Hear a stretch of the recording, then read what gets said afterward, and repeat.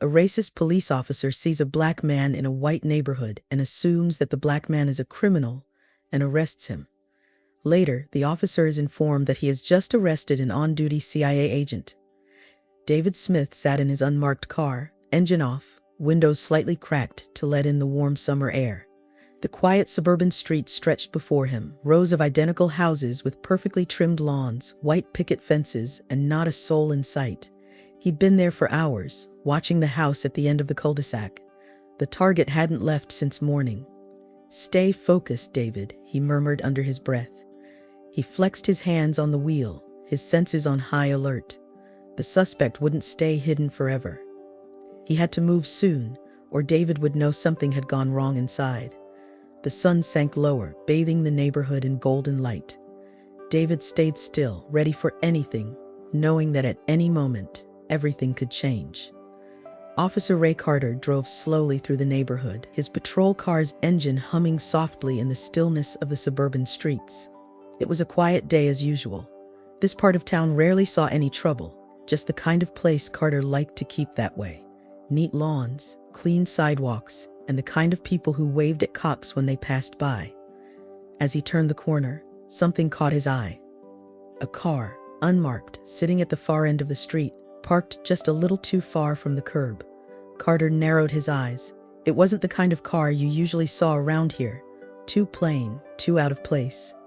He drove past it slowly, craning his neck to get a look at the driver. Black guy, alone, just sitting there. Carter's grip tightened on the wheel. It didn't take much for his mind to start spinning. Guy like that didn't have any business being here, not unless he was up to something. He rolled past the car, keeping an eye on it in his rearview mirror. No movement. "Now, what's this about?" Carter muttered under his breath. He pulled his cruiser over to the curb a few houses down, leaving enough space between him and the car to not make it obvious. He radioed in to dispatch, keeping it casual.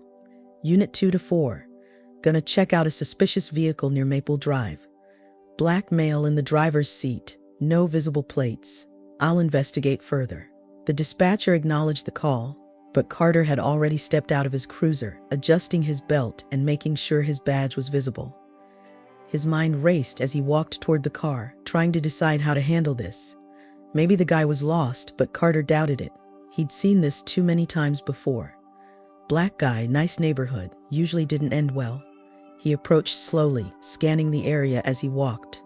The street was quiet, too quiet. No one was around to see what was happening, and Carter liked that. He was in control, and whatever happened next would be on his terms. As he neared the driver's side window, he glanced in, his posture stiff. The man inside, still sitting calmly, glanced up and met his gaze, but he didn't move. Carter knocked on the window, his knuckles tapping sharply on the glass. The man didn't seem surprised. That rubbed Carter the wrong way. "Afternoon," Carter said, trying to keep his voice steady, but the edge in it was clear. "Mind telling me what you're doing here?" The man, who looked to be in his late 30s, coolly rolled down the window. His face was calm, his expression controlled. Carter didn't like that either. "I'm working," the man said, his voice even. "I'm with the government, just on duty." He kept his hands on the wheel, not making any sudden movements, which told Carter that he was used to encounters like this. Too used to it, maybe. Carter frowned. "Government, huh? You got ID to back that up?" "Yeah, I do," the man replied in the glove compartment. "I can reach for it if you want." Carter didn't move, didn't even blink. His suspicion only deepened.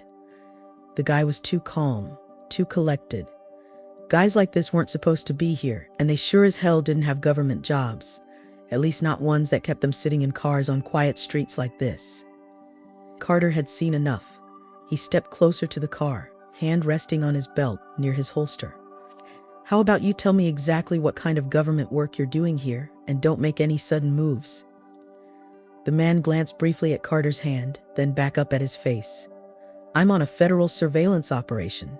Can't go into details, but I'm supposed to be here." Carter's eyes narrowed. "Surveillance, huh? That's funny because last I checked, we handle things like that around here. Never heard of any federal op going down in my neighborhood." The man's expression didn't change. You wouldn't hear about it. "It's classified." That did it. The tone, the calm, almost patronizing way the man spoke to him. Like Carter didn't know what was going on in his own neighborhood, like this guy was above him. Untouchable. Carter's jaw tightened. "You mind stepping out of the car?" Carter asked, though it was less of a question and more of a command. His voice dropped lower, more forceful. The man's eyes stayed steady, his hands still on the wheel. "Look, I'm just doing my job here. My ID's in the glove compartment.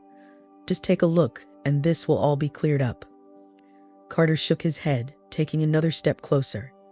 He could feel the tension rising between them. "I'll tell you what's going to happen. You're going to step out of the car nice and slow, and then we'll sort this out." For a moment, the man didn't move. He just stared at Carter, as if sizing him up, deciding whether to comply or keep arguing. Finally, the man exhaled, his frustration barely showing. "All right," he said quietly. "I'll step out." Carter watched closely as the man unlocked the door and opened it. His movements slow and deliberate. He was complying, but there was something about his calmness that still irritated Carter. Like this guy thought he was in control. Carter wasn't about to let that happen. As the man got out of the car, Carter's hand hovered even closer to his holster. He didn't trust this situation, not one bit. The man stood up straight, his hand still visible, but there was something in his stance, in the way he moved, that didn't sit right with Carter. The man didn't look like a criminal, but then again, Carter had learned not to trust appearances, especially when a black guy was sitting in a car that didn't belong in a neighborhood like this. He couldn't afford to let his guard down. Not here, not now. "Hands where I can see them," Carter ordered, his voice growing harder, more commanding. The man complied, but his eyes never left Carter's. Calm, controlled, almost as if he'd been through this exact scenario before, and that only made Carter angrier. The man was in his custody now, and whatever his story was, Carter was going to find out soon enough. David stood beside his car, hands raised slightly, watching Officer Ray Carter with a calm expression. He'd been through encounters like this before, far too often. The same routine, the same tension. He knew the signs, how an officer's body language shifted when suspicion took over. He could see it in Carter's eyes, in the way his hand hovered near his waist. This wasn't going to go smoothly. Carter took a step forward, narrowing the distance between them. "Now let's try this again," he said, his tone sharp, almost condescending. "What are you really doing here?" David kept his voice steady. "I'm on a federal surveillance operation. I've already told you, officer. I have identification in the glove compartment that will clear all this up." "Federal surveillance?" Carter repeated, his skepticism thick. "That's convenient. And you just happen to be sitting in this nice neighborhood, no plates on your car, keeping an eye on things." Right, David could feel the heat in Carter's words, but he didn't react. Keeping calm was the only way to get through this. "Look, I'm not here to cause trouble. Just check my ID and you'll see I'm on official duty." Carter shook his head slowly, like he'd heard this all before. "Yeah, I bet you've got a real convincing story. People like you always do. But that doesn't explain why you're just sitting here in this neighborhood looking all suspicious." David's jaw tightened, but he kept his voice even. "People like me? You know what I mean." Carter's eyes flicked over David, sizing him up. "You don't belong here, and I've got a job to do. So unless you want this to get worse, I suggest you stop talking and start cooperating." The accusation hung in the air, heavy and familiar. David had heard it before, in different forms from different people. "You don't belong here." It was always the same. "Officer, I'm trying to cooperate," David said, keeping his hands in sight. "I'm not a threat to you, and I'm not breaking any laws. Let's not escalate this." Carter smirked, his eyes glinting with a mix of arrogance and something darker. "Escalate? You think I'm escalating this? I'm just doing my job, making sure this neighborhood stays safe from people who don't belong. Now, are you going to let me search the car, or do I need to put you in cuffs?" David's patience was thinning. He could feel the tension building, but he had to keep his composure. He couldn't let this turn into something more.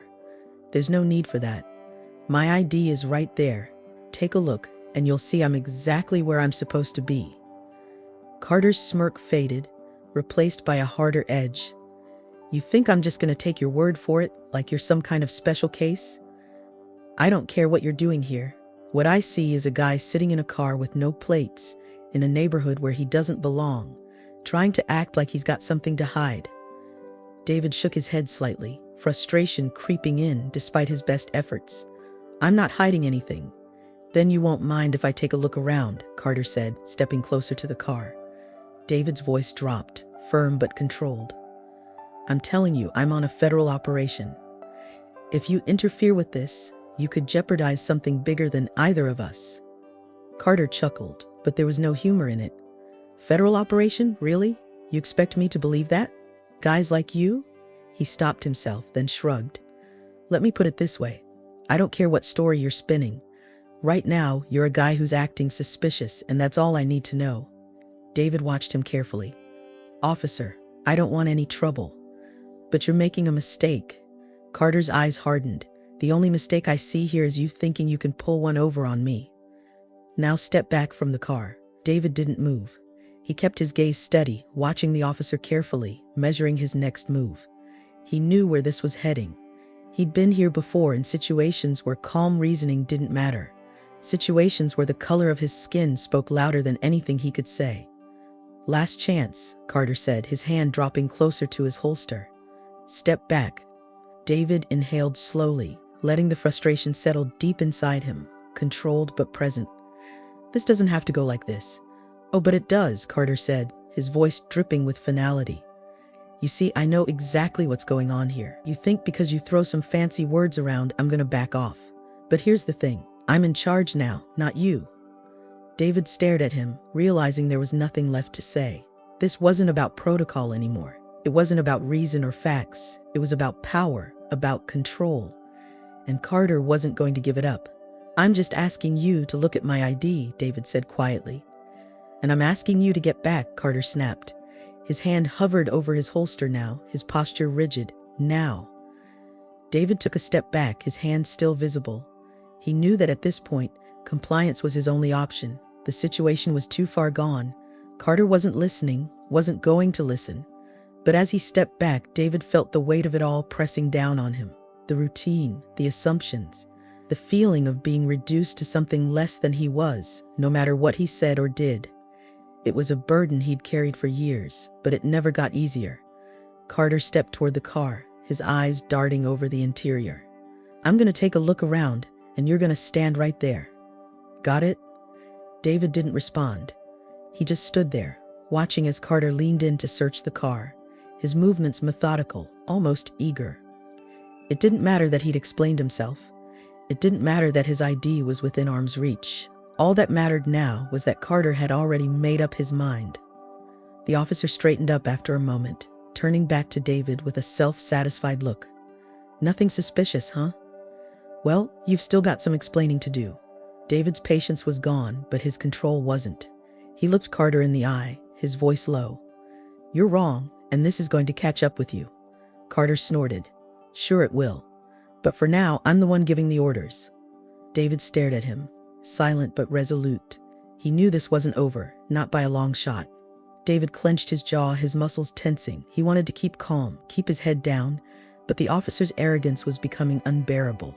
Officer, David said, his voice steady but firm. You're making a mistake. I've been nothing but cooperative. I've told you who I am, why I'm here, and where my credentials are. All you have to do is look. Cooperative? Carter shot back, his voice growing more aggressive. You think this is cooperative? Sitting in a car in a neighborhood where you don't belong, making me go through all this trouble? He shook his head. People like you always have a story. I've heard them all. There it was again, people like you. David felt a familiar burn in his chest, a mix of frustration and anger that he had learned to suppress over the years.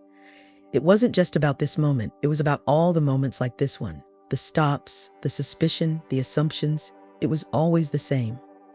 You're wrong, David said quietly, his voice steady. And when you realize that, it's going to be too late. Carter's face twisted into a sneer. Is that a threat? Are you threatening me? David met his gaze, not backing down. No, it's not a threat, sir. It's the truth. For a second, the two men stood there, locked in a silent battle of wills. David kept his posture calm, but he could feel the weight of it all pressing down on him. Carter, on the other hand, was bristling, his arrogance now morphing into full-blown aggression. He couldn't let it go.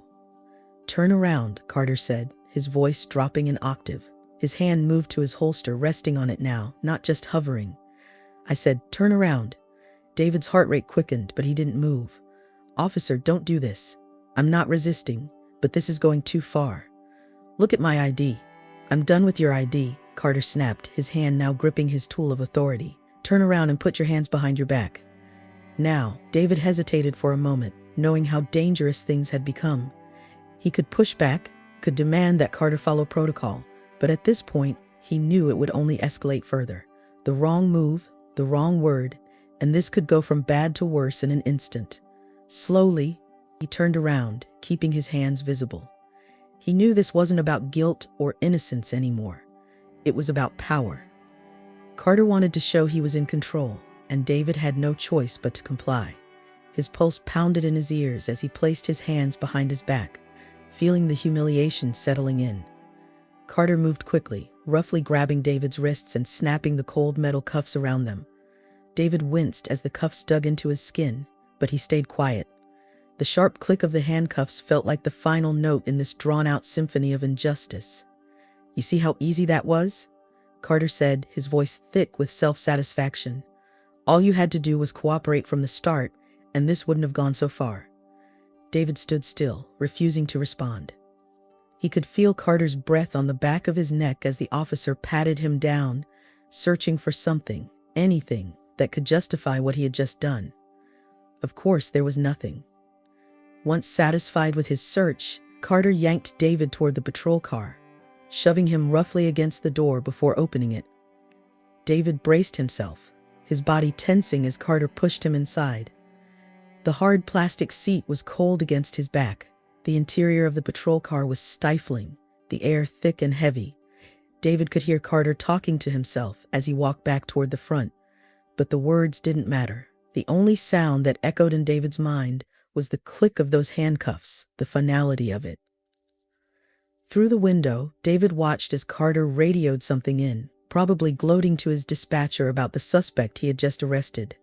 David leaned his head back against the seat, staring up at the roof of the car.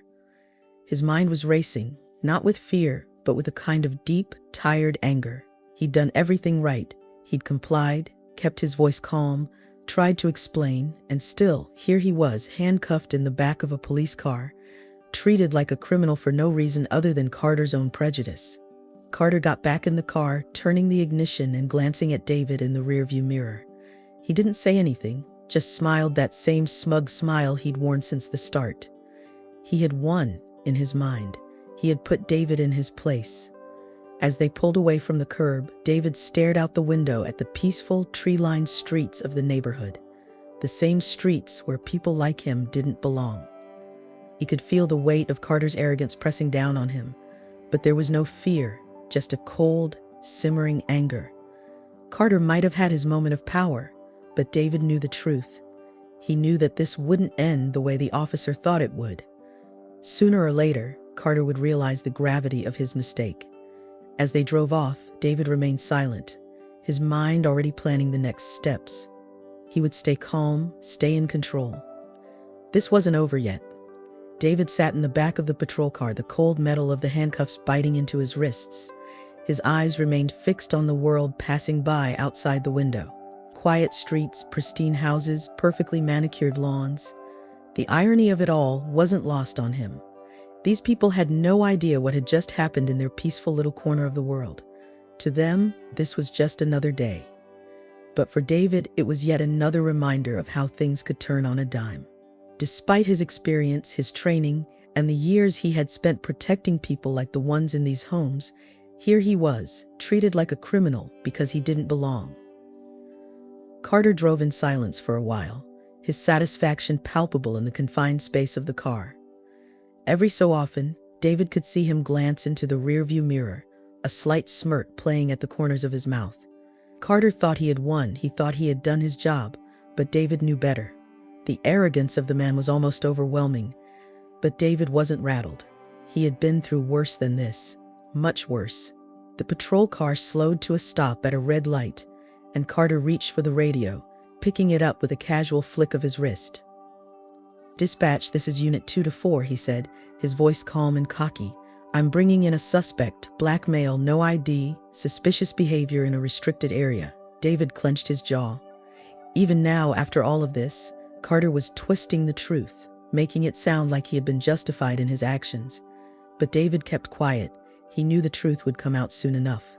The radio crackled with static and the dispatcher's voice came through. Copy that, Unit 2 to 4, send through the suspect's details for processing. Carter paused, glancing at David again in the rearview mirror. He spoke with an air of finality, like he had just closed the book on this case. Name? David remained silent, staring out the window. He wasn't about to volunteer any more information. It wasn't his job to make this easy. Carter sighed, flipping open the small notepad he had pulled from his pocket earlier. David Smith, he said, reading it off with the same dismissive tone he had used since the beginning. No ID says he's on some kind of federal surveillance, but I don't buy it. There was a long pause on the other end of the radio, longer than usual. Carter furrowed his brow, tapping the steering wheel impatiently. Dispatch, you still there? Static crackled for a moment before the dispatcher's voice came back, this time with a more serious tone. Hold on, Unit 2 to 4. Running that name through our system now. Stand by. David watched Carter in the rearview mirror. He could see the officer's smirk start to fade, replaced by a subtle frown. The silence stretched on, the tension in the car growing with each passing second. Then, the radio came to life again. Unit 2 to 4. Are you sure about that name? Carter's grip on the steering wheel tightened, his fingers tapping nervously. Yeah, I'm sure. David Smith, why? There was another pause, and David could see Carter's confidence wavering. Unit 2 to 4, we've got a flag on that name. David Smith is a federal agent, CIA. Repeat, you've got a CIA agent in custody. The words hung in the air like a sudden drop in temperature. David watched as Carter's face went pale, his smirk vanishing entirely. For the first time since the encounter began, Carter seemed unsure of himself. His mouth opened slightly, but no words came out. Say again? Carter finally managed to say, his voice quieter now, strained. CIA? The dispatcher's voice returned, firmer this time. Affirmative. Unit 2 to 4, Smith is with the CIA. You need to release him immediately. We'll handle the rest from here. Carter's eyes widened, his expression now filled with a mix of confusion and fear. David met his gaze, his face calm, his eyes steady. He didn't need to say anything. The truth was already unfolding. The patrol car was quiet for a moment, the weight of the realization crashing down on Carter. David could see the gears turning in the officer's mind, trying to figure out what to do next. The arrogance, the swagger, all of it drained away in an instant, leaving Carter with nothing but the reality of the situation he had just created. I didn't know.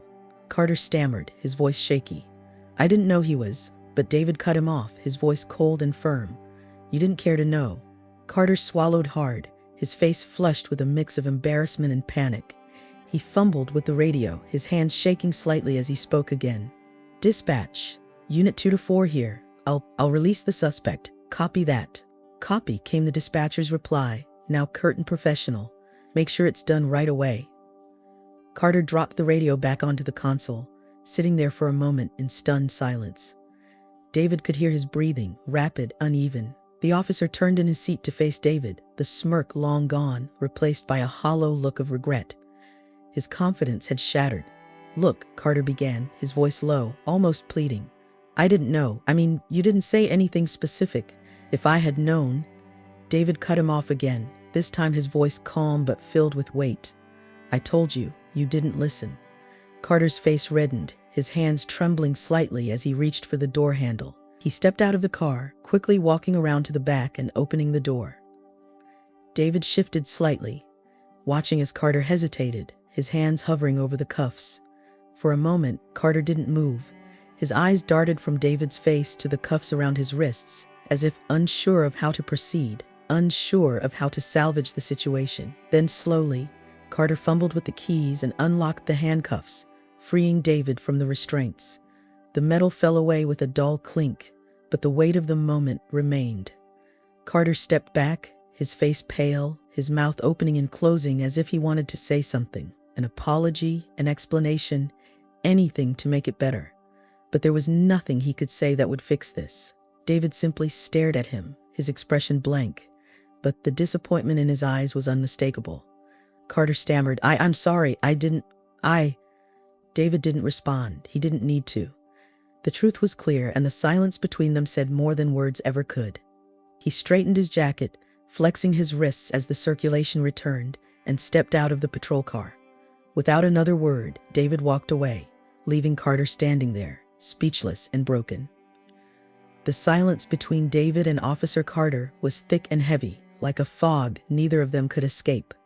As David walked away from the patrol car, his back straight, his steps measured, Carter stood rooted in place, still holding the keys to the cuffs that had just been around David's wrists.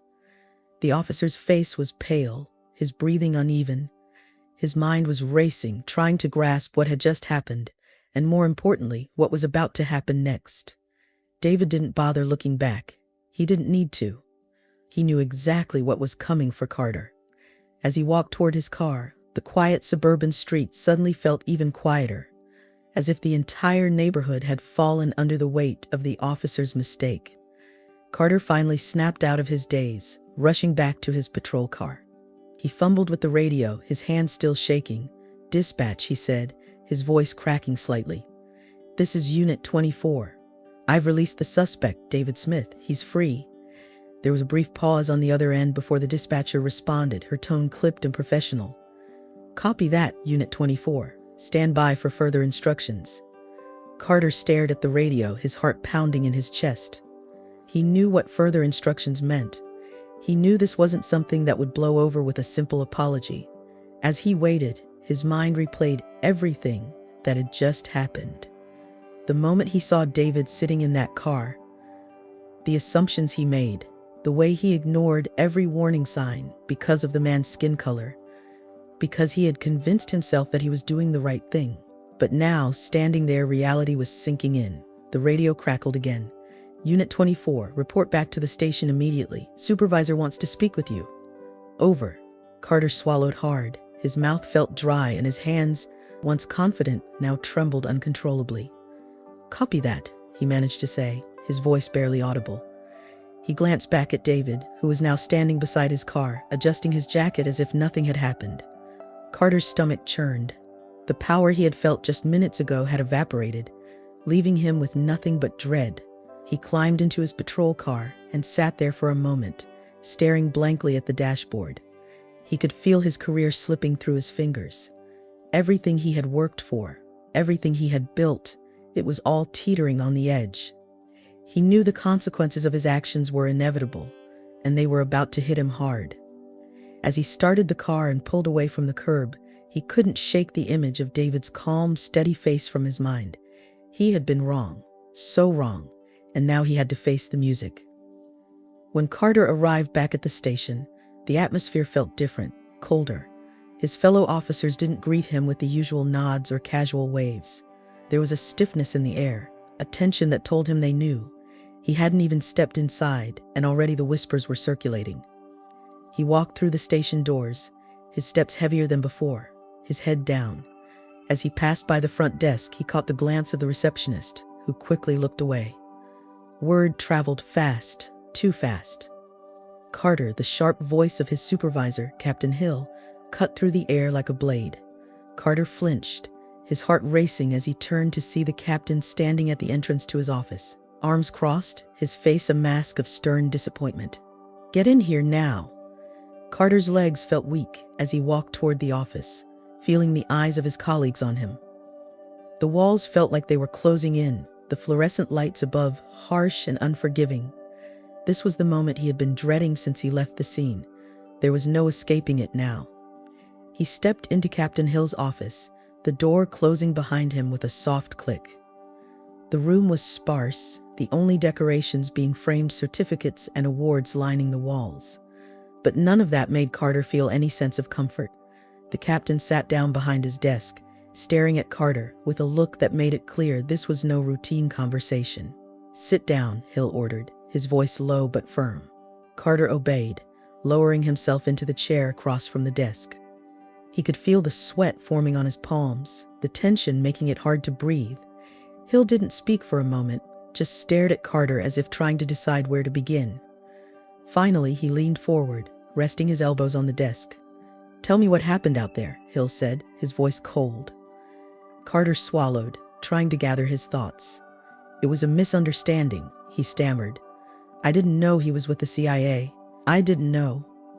"That's not what I asked," Hill interrupted, his voice sharp. "I asked what happened, from the moment you stopped that car to the moment you cuffed a federal agent on duty. Explain yourself." Carter's throat went dry. He could feel the weight of his mistakes pressing down on him. Each word he tried to form caught in his throat. "I saw him. Sitting in the car," he began, his voice shaking. I thought he was suspicious.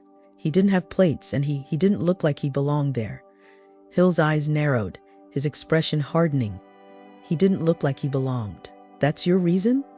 Carter flinched at the question, knowing how it sounded, knowing how wrong it was. I thought I was doing the right thing. I didn't know." "You didn't know," Hill repeated, his voice growing louder. "You didn't know because you didn't bother to listen. A man told you he was on a federal operation, showed you his credentials, and you ignored him. You cuffed him, threw him in the back of your car, and now this department is going to have to deal with the fallout from your mistake." Carter's face flushed with shame. He had no defense. He knew that now. Hill leaned back in his chair, shaking his head. "This department can't afford officers who act on assumptions. Do you realize how much damage you've caused? The CIA is breathing down our necks because of this. You put an entire operation at risk because you didn't stop and think."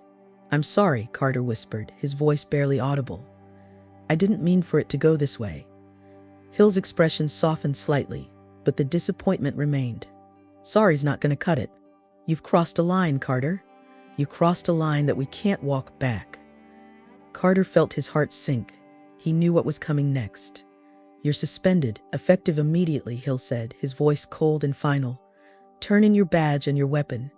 You'll be lucky if suspension is all you get." Carter's mouth went dry, his eyes wide with shock. "Suspended? You're lucky you're not fired on the spot," Hill said, "but we'll let the review board decide that. Now turn in your badge and get out of here."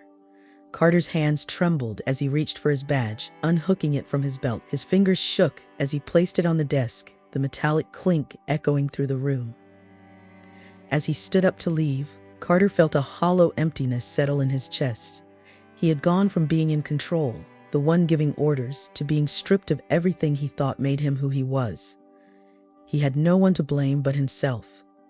As he walked out of the station, head down, he could feel the eyes on him.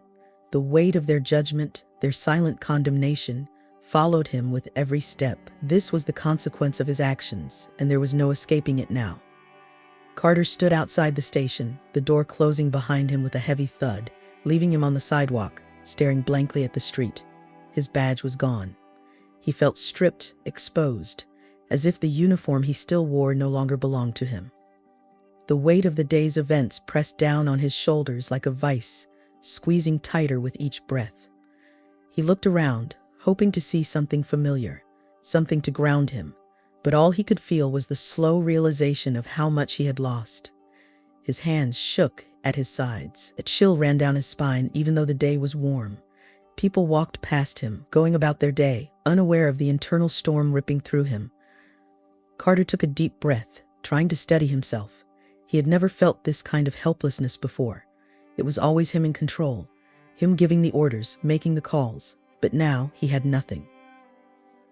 He had let his assumptions, his arrogance, and his inability to see past his own biases strip everything away. He walked slowly toward his car, parked in the station lot, his legs feeling weak beneath him. The usual authority he carried was gone, replaced by a dull, hollow ache. As he reached the car, he paused, his hand resting on the driver's side door handle. For a moment he stood there, staring at his reflection in the window, his face pale, his eyes wide and unfocused. He hardly recognized himself. The radio call, the dispatcher's voice revealing David Smith's identity, still echoed in his mind. CIA agent. He had arrested a federal agent on duty. The weight of it was too much to bear. He had crossed a line he could never uncross. And for what? A suspicion? A feeling that David didn't belong in that neighborhood? The truth had hit him harder than any blow ever could.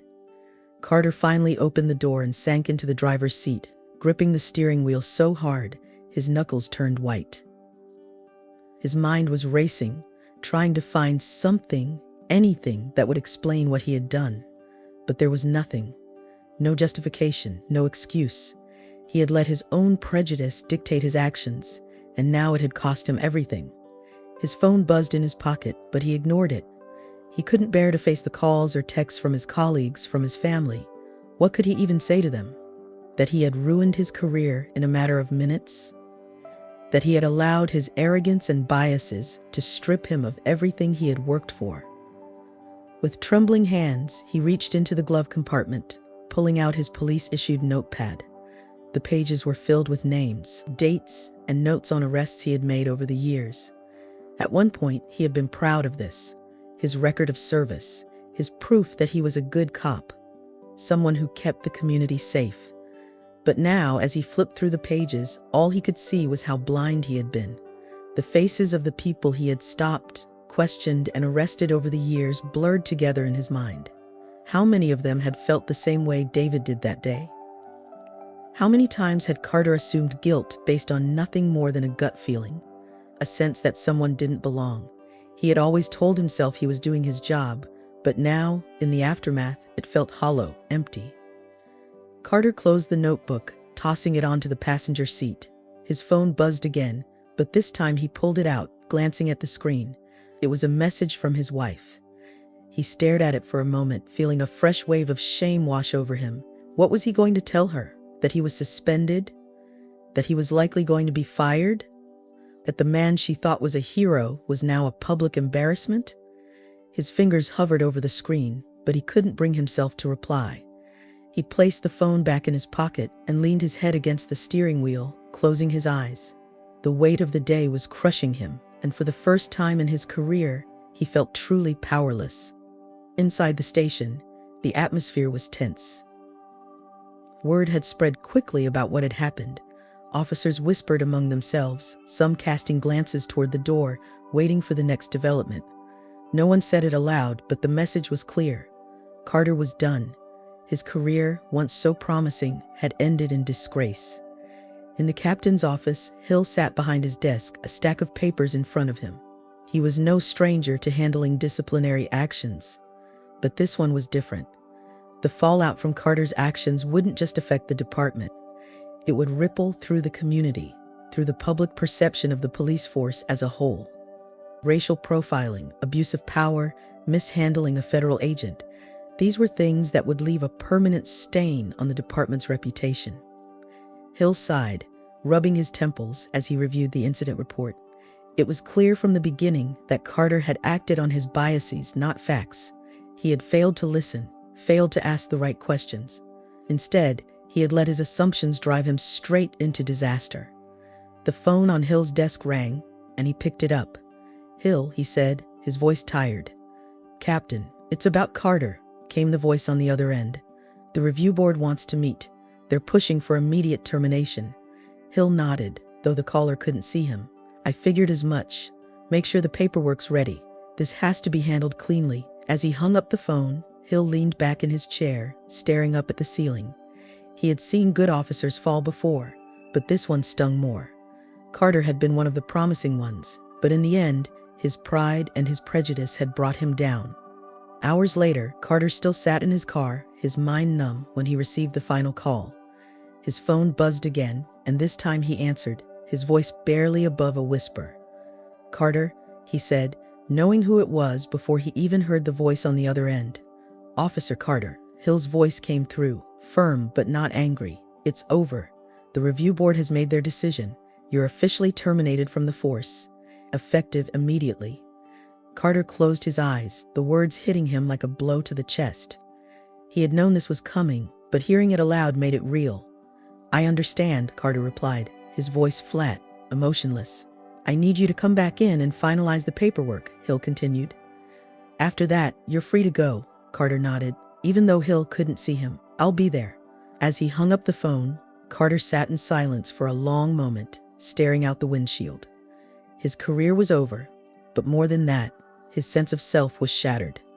Everything he thought he knew about his job, about what it meant to be a good cop, had been ripped away in an instant. He started the car, the engine humming to life, and pulled out of the lot. The station faded into the distance behind him, and as he drove away, he couldn't shake the feeling that it wasn't just his job he had lost. It was his sense of who he was. David Smith stood next to his car.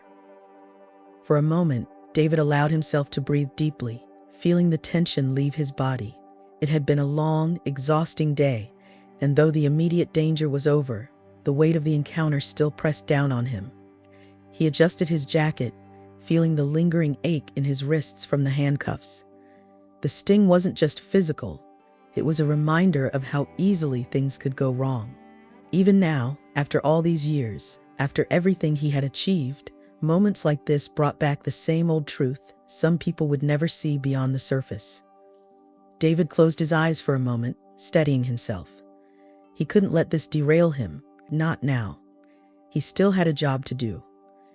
He glanced down the street toward the house he had been watching all afternoon, the house that was still his priority. The operation had nearly been compromised because of Carter's actions, but it wasn't over. David couldn't afford to lose focus, not when so much was at stake. His phone buzzed in his pocket, breaking the quiet. David pulled it out and glanced at the screen. It was a message from his superior, a simple check-in. "Everything clear on your end?" David stared at the screen for a moment before replying. "All clear now. Back on task." It was the truth. Despite the chaos of the day, the mission was still intact. But there was more behind those words, something deeper. David had come out of this encounter unscathed physically, but emotionally, it was another reminder of the battle he had been fighting his entire life. He put the phone away and turned his attention back to the house. There was still work to be done, and he couldn't let Carter's actions distract him from the larger picture. He slid back into his car, the seat feeling familiar under him, the surveillance gear still humming softly. The house across the street remained quiet, the suspect inside unaware of the near disaster that had unfolded only moments ago. David took another deep breath and focused. He had a job to finish. As he settled in, his mind wandered back to the events of the day, replaying the confrontation with Carter in his head. The suspicion in the officer's voice, the tension that had grown with each passing moment, the cold metal of the handcuffs biting into his skin. It wasn't the first time David had been in that position, and he knew it likely wouldn't be the last. Despite his position, despite his years of service, he had been reduced to nothing more than a suspicious figure in the wrong place at the wrong time. David wasn't angry, not anymore. He had learned long ago how to process that kind of injustice, how to let it settle without letting it consume him. Anger wouldn't serve him, not in the field, but the disappointment that lingered. The disappointment in people like Carter, in the system that had created him, and in the countless others who made assumptions without ever stopping to listen. He had seen it too many times. Officers who acted first and asked questions later, convinced they were doing the right thing. Carter had been one of them. He had believed he was in control, that his authority was enough to justify his actions. But David had known from the start that it would unravel. It always did. Still, as he watched the house, David couldn't shake the feeling that something deeper had shifted. Carter was gone, but the impact of what had happened wouldn't disappear so easily. It never did. The system would keep turning, and officers like Carter would come and go, each carrying their own biases, their own assumptions. And David would continue doing his job, navigating a world where his skin color made him a target just as much as his skill set. And pitiless, it made him an asset. He adjusted the rearview mirror, catching a glimpse of himself, his face calm but tired. The sun was beginning to set, casting an orange glow over the neighborhood. It was peaceful here, the kind of peace that people like Carter believed they were protecting. But peace built on ignorance wasn't peace at all. It was just a fragile illusion, waiting to be shattered by a single moment of truth. David's phone buzzed again, this time with an update on the operation. He scanned the message quickly, noting the details. The suspect was still inside, no movement yet. Good. That meant there was still time. He leaned back in his seat, his eyes locked on the house, and settled into the familiar rhythm of surveillance. His mind was clear now, focused on the task at hand. The operation came first, always. But as the minutes ticked by, he couldn't help but think of Carter again, of how different things could have been if the officer had just listened. In the end, Carter had lost everything because he couldn't see beyond his own biases. David had seen it in his eyes. The moment the truth hit him, the realization that he had made a mistake he couldn't take back. But it wasn't David's job to teach him that lesson. It wasn't his responsibility to fix a broken system. His only job was to finish what he had started, to protect, to serve, to do his part. He glanced at the house one more time, making sure everything was still in place before leaning back in his seat. The evening air was cooler now, the neighborhood slipping into a quiet calm. David stayed vigilant, his body relaxed but his mind sharp. There would always be people like Carter, and there would always be moments like the one they had shared. But David wasn't here to dwell on that. He was here to do his job, and nothing, not even a bad cop with a chip on his shoulder, would stop him from doing what needed to be done. As the sun finally dipped below the horizon, casting the street in shadows, David allowed himself a small, quiet breath. The mission wasn't over, but he had weathered the storm. He was still here, still standing, still ready for whatever came next. And that in the end was all that mattered.